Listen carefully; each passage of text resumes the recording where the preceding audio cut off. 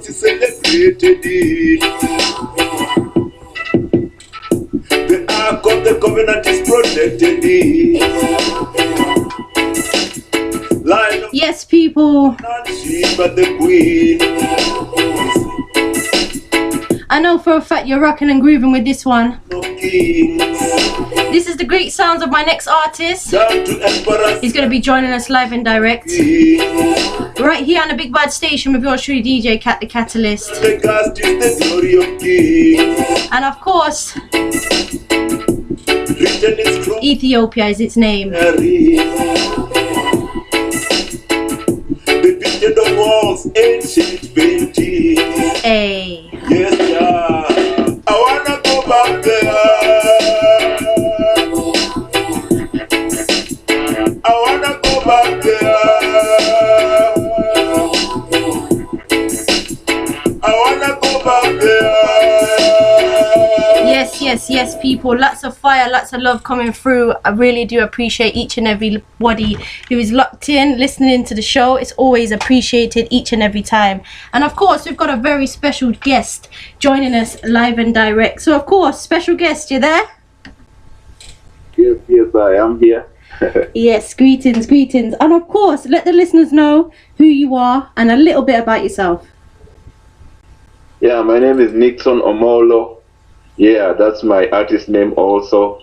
And I go by Noah also. Sometimes my record label is called Noah Nixon Omollo African Heritage. So if you hear Nixon Omollo or Noah, it's the same person. Nice. Yeah, but I'm originally from Kenya, born and raised in Kenya.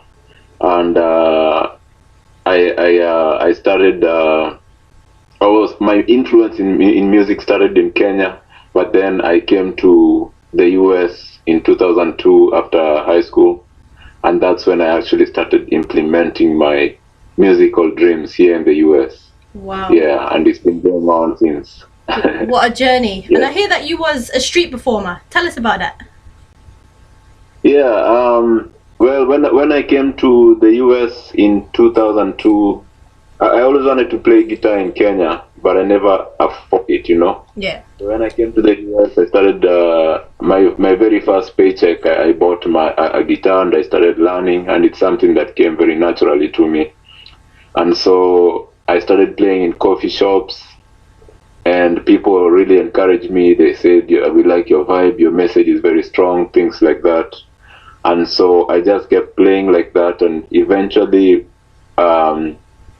I came to a time in my life where things were, I wasn't, it was after college. Yeah. I had all these credentials and everything, but I was not able to find a job. And so it was kind of a depression kind of thing, period, you know. Yeah. And so instead of sitting feeling sorry for myself, I decided to just go out there and show the world what I love doing, you know, and that was playing music. So I just started playing music in the streets. At that time I was in a town called Ann Arbor, Michigan. Okay. And so that's where I started playing music in the streets, and there I also just gained a lot of positive vibes, because the streets are very real. Yeah. And people will tell you, you will know exactly if you're doing wrong or if you're doing right, because the streets, people, they won't clap for you like maybe in a club where people they're feeling the pressure of being nice to you, you know. I hear that. In the streets, people will let you know exactly what's going on. So it was a time around 2 years. It was the period in my musical life where I grew very fast, because the streets, they make you very strong. Yes. I hear Yes, that. I hear that 100%. We've got a listener asking, what is Kenya like? They want to know what Kenya is like. Tell us. Yeah, Kenya is a beautiful place. Kenya is in East Africa, and it's right next to Ethiopia, right next to Uganda. Yeah. And in terms of weather, it's tropical weather, much like Jamaica. If you've been to Jamaica, very, very nice weather over there. Yeah. And the thing I don't like about Kenya, I cannot change, is that we were a British colony, you know. I hear And that. so there is a lot of British influence in our day-to-day life, you know. And so my music is just bringing back is about bringing back that authentic African identity, you know. Yeah. But Kenya itself is full of very good vibes, very good people, and just very friendly people. A lot of people like to go there for safaris because we have a lot of wildlife, Yeah. and that good weather I talked about. Of course. And music is a very big part of the Kenyan culture as well. Yes. I hear that. So speaking of music, who inspires you? Who inspires me? Well, when I was growing up, my very first influence was my uncle. I had an uncle who used to play a traditional musical instrument. Yeah. Among the Luo, it's a tribe called Luo. Okay. In Kenya. Cool. And there's an instrument that's I would call it a traditional violin because it's just a simple thing made of tin and cowhide, and then a string that you use a bow to play with. So it's like a traditional violin. Yeah. So my uncle used to play that while babysitting me, and also he used to play guitar, and that's what gave me my first musical exposure. Wow. And then but he was in his 20s, and he died in his 20s when I was very, very young. Wow. But he was influential. He had already given me that musical ear. Yeah.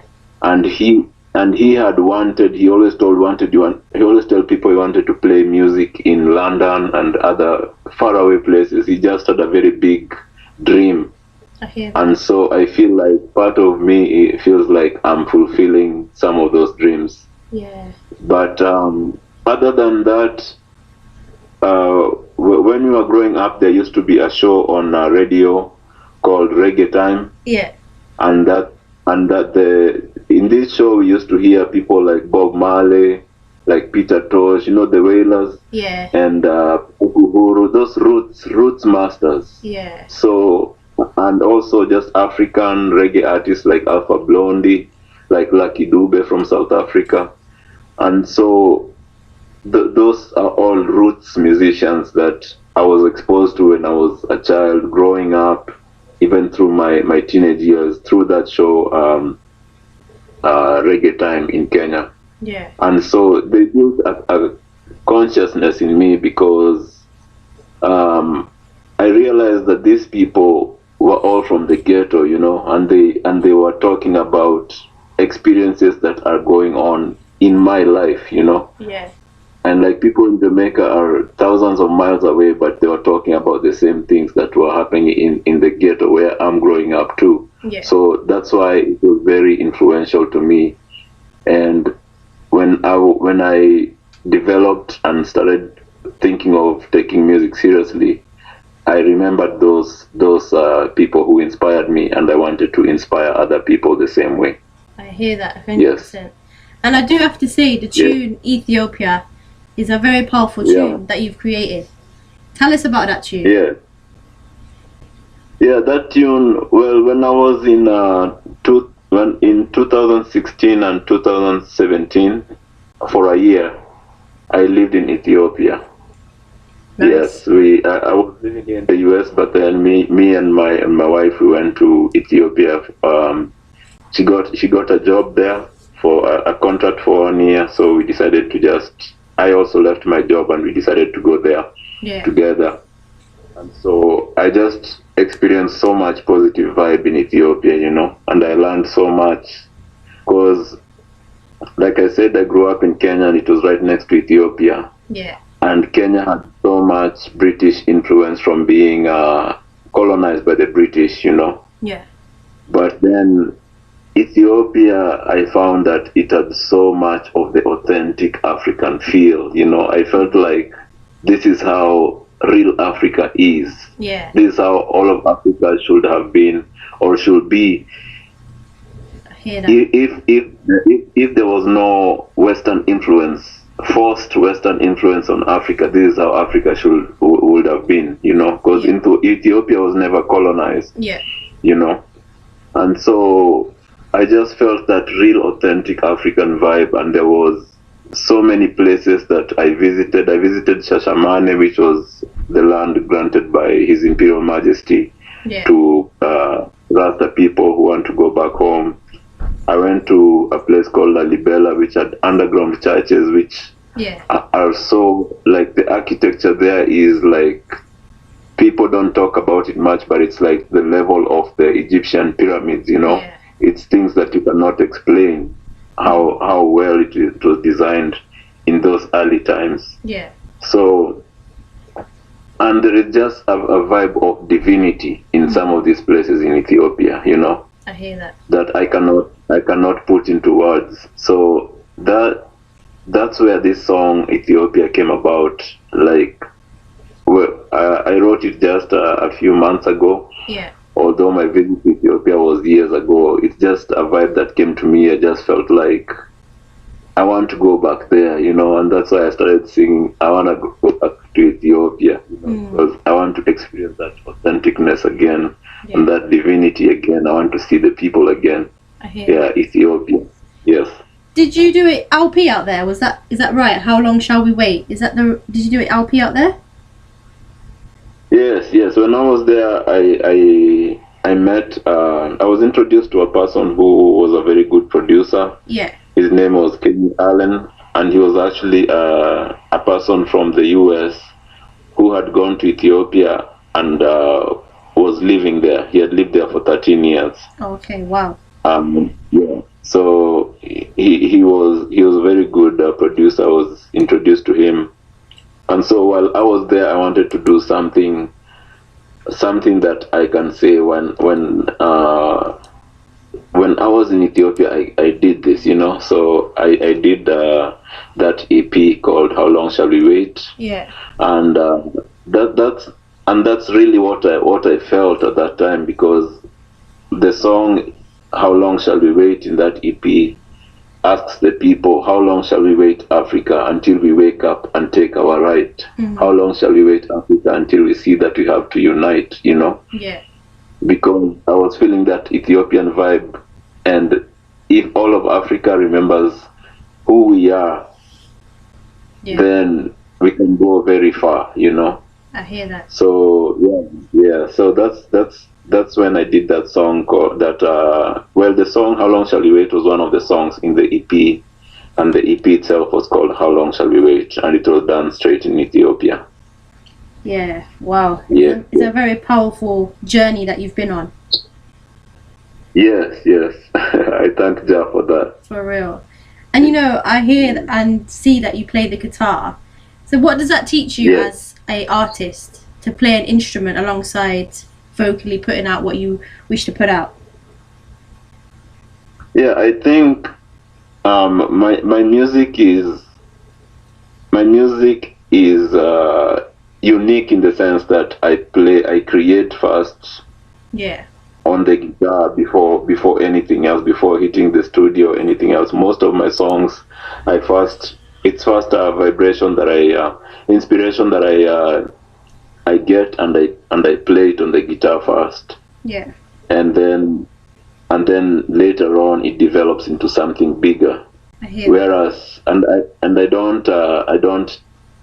I'm not pointing any fingers or saying there's anything wrong with it, but a lot of artists that I know, they get a rhythm from somebody, and then they write to that rhythm. So I feel like playing an instrument just empowers you more to be more authentic in your expression, because you create right from scratch, and you figure it out slowly as you go. So by the time you hit the studio, it's something that's really more authentic, and that's just my thought. Yes. I hear that. So there is a listener locked in, and they want to know what has been a memorable moment for you that you can share. A memorable moment. Yeah, either you've been on stage, or you met somebody, or whatever it may be. A memorable moment. was actually when I was a street performer. As I said, during those times, Yeah. I was facing. It was kind of a depression that I was trying to uplift myself from. Yeah, I hear that. You know, and it's like I was being guided by the spirit. I don't know what to call it, but I just felt like I need to go out there and do this. Yeah. But I at the same time, I wasn't sure of myself, because that's not something that you normally do, because people knew me as a guy who has a degree and things like that, and even my wife was wondering what's going on with this person, you know. Yeah. Yeah. Because people don't look at a street performer the same way. I don't know if you know what I mean, you know. They think that many people who just see somebody performing in the street or something like that, they'll think that you are homeless or something like that. Yeah, I get what you mean. Or you know, there's a stigma to it. Let me put it that way. Yeah. So I knew that it was something that I had to do, because I was just feeling that push from the inside, from within me. But at the same time, I was unsure of myself, like, what am I doing? Yeah. And then the thing is, when I started playing, I wasn't even playing to make money. I just wanted to play music and for the sake of it, you know. Yeah. Okay. And then I started seeing people. One person came and flipped and opened my guitar case, because my guitar case was closed. Yeah. And he just stood there for a while, and then he opened my guitar case and put some money in it. And then more and more people just started putting money in it. And then there's one woman who came and actually put money in my hands, and it was a lot. It wasn't something that I expected. And then she said to me, we need people like you. She said that. Yeah. And so it was such a reaffirming thing. And it was like Jah telling me that I sent you out there to do this work, and I'm giving you the signs that yes, you're supposed to be doing it. Yeah. So that was one of my most memorable moments in my musical journey, because that moment made me keep going for 2 years, and it had its ups and downs, but I knew that I was doing the right thing. I hear that. Wow, what a powerful journey, for real. Yeah. So, you know, one thing that I am very passionate about is the next generation, and kind of what we can do, either as people who play music or an artist, what we can do to encourage the next generation. What would you say to a new artist, up and coming, or somebody who's in the business already and wants to keep elevating? What would you say? I would say that people should keep doing the real thing. Yeah. You know, because everybody knows the real thing, but people are even people that I know who had maybe started on the right path, as in my opinion, like they were writing real music. Yeah. Empowering music that talks about the real situation in the world or in the environment in which they live. But then they come to see that that's not very popular, and so they defect and just start doing music that's not that's just for now, that won't be listened to in a future generation and make an impact then, you know. So like Bob Marley music lives forever, because he wrote those songs in 70s, 80s, whatever, even 60s. Yeah. But we still listen to it today, and it's still relevant today, because it's the truth, you know. Yeah, 100%. Because it's the truth. And that's what I would like people who call themselves artists to do as well, to just stick with the truth.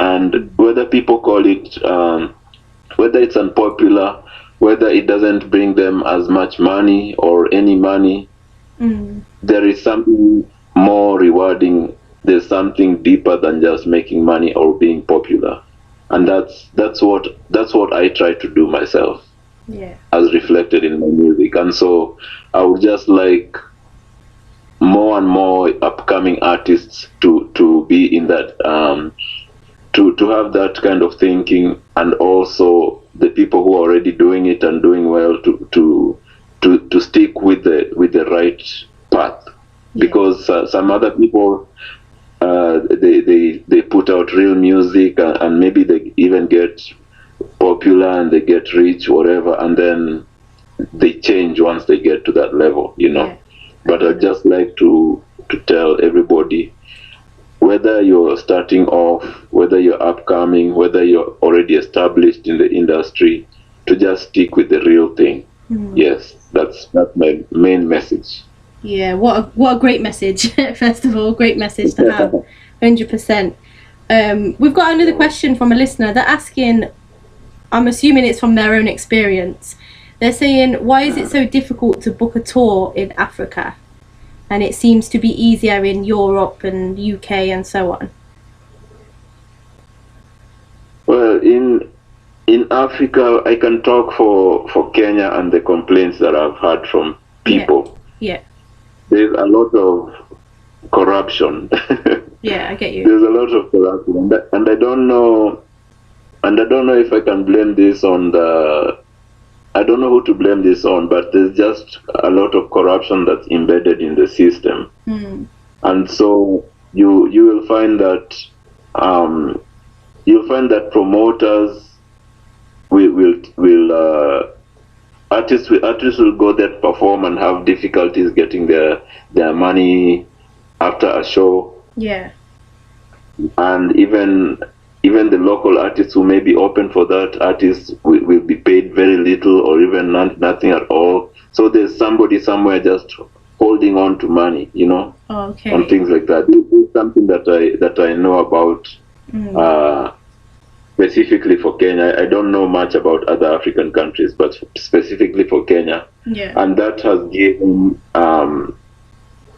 given us a bad reputation. And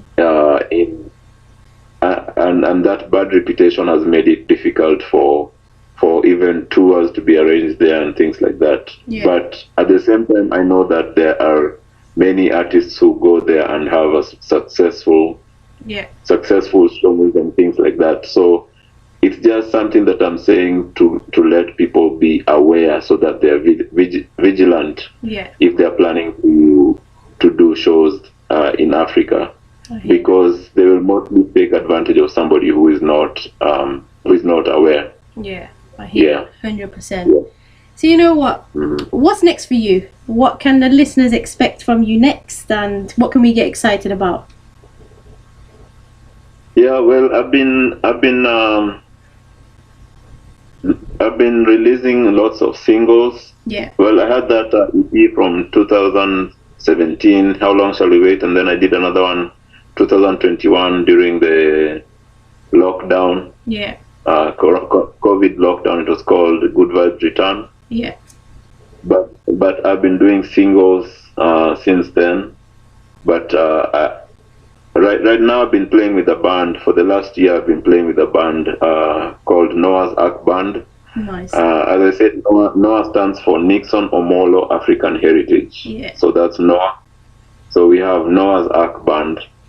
And we've been playing in New York mostly, and we are just gathering a very good momentum. Yeah. For 1 year, we do very well, and so we are organizing to do an EP together as a band, and I also just want to expand our horizon in terms of where we perform. Okay. So to perform in many different places here in the US, and also if possible do tours outside of the US. We would love to come to the UK because we know reggae is big there. We would like to go to the Netherlands and other places. So those are just things that have been on my mind. Like, how do I expand this vibration to reach higher horizons?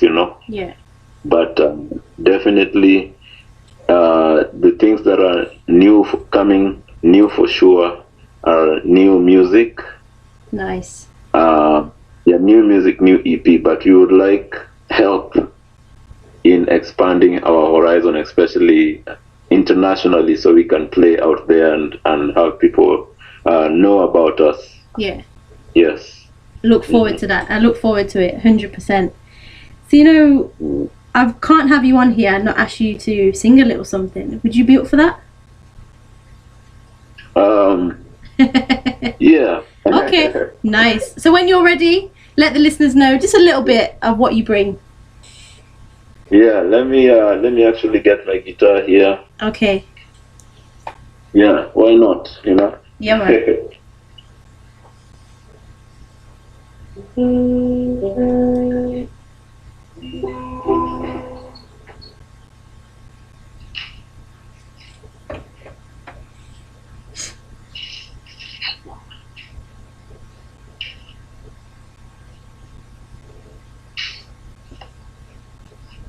This Can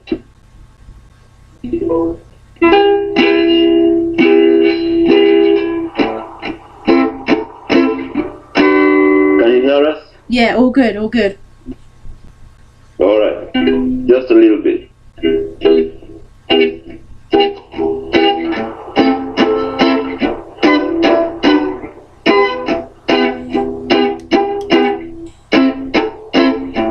How long shall we wait, Africa, till we wake up and take our right? How long shall we wait, my people, till we see that we have to unite? How long shall we wait?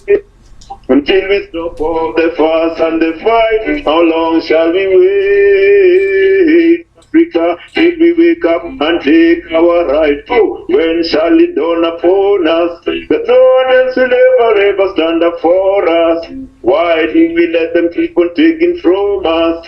Losing everything, they still colonize just as we jobless youth hanging in the corners. Politicians, they pocketed another bonus. The coming generation looking back upon us, saying we really need you to do something for us. Oh, listen to the lyrics in this man's chorus.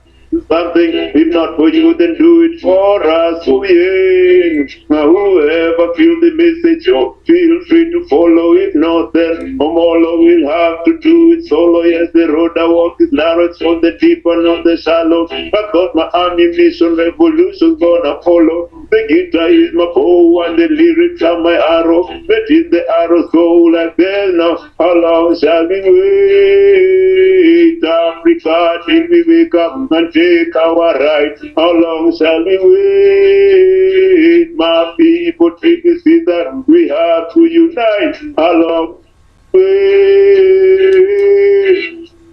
Stop all the fuss and the fight. How long shall we wait, Africa, till we wake up and take our right? Yeah, until we see that we have to unite. Yeah, till we see that we have to unite. Hey, energy, the fire and everything that's coming through. Whew. Yeah, fire. Every time. If I had time, I would say pull up, but Yeah, man, definitely a vibe. A very, very positive message, and we give thanks for that, for real.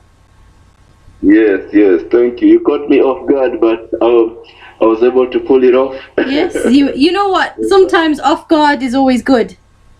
Yeah. You're ready. The guitar was right there. I was looking right at it, so Yeah. let me just do it. Yeah. For real. So we've come into the last little bit of the interview. What would you like to say to the listeners and the fans who have been locked into yourself, and how can we follow you and see what you've been up to? Yeah. I would just like to say to all the listeners, thank you very much for tuning in and being with me and Selector Kat, DJ Kat, for this session. Blessings. Really appreciate your presence. And even for you, Kat, I just give you so much thanks for giving me this opportunity to talk to the people. Anytime. And and I would just like to tell the people to keep being strong. There's so much going on in the world, and there's so much that's pushing people towards the negative side. But I just like to tell people to stay positive and to stand strong and to stand firm, because the truth is there, the truth is there, and that is what will guide us and protect us, even if people are pushing us towards the negative side. If you stand by the truth, then there's nothing that will harm us. 100%. Yeah, I agree with that. And how can people follow you? And my website has all my information under one umbrella. It has all my music, all my the story behind the music. Yeah. And my website is just my two names, nixonomollo.com, and that's Nixonomollo.com, nixonomollo.com.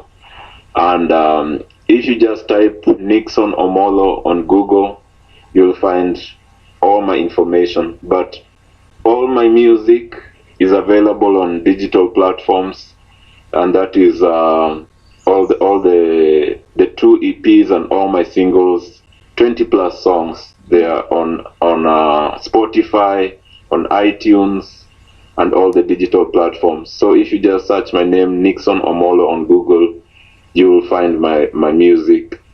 And I'll just like to ask people to support me in that regard, because that's the only way we can keep this music going, if you get the support from the people. So I'll just request people to visit my website, where they can find all the information on how to get the music. nixonomollo.com. Yes, Blessings. And you know what, Nixon Omollo, I hope that lots and lots of blessings come your way. I'm looking forward to see your journey and what you have to bring to the music, because it does need more conscious vibes like yourself. And we give thanks for you as an artist. So more love every time. Every time. Yeah, man. We'll speak again soon, for real. Yes, absolutely. Thank you so much. You have a blessed night. You too. Blessings. Bless. Yes, people, please do go and support Nixon Omollo. Go and check him out. Go and see what he's been up to, what he's been doing. And as you can hear, it's always a blessing to hear a conscious and uplifting artist. Keep it locked every time.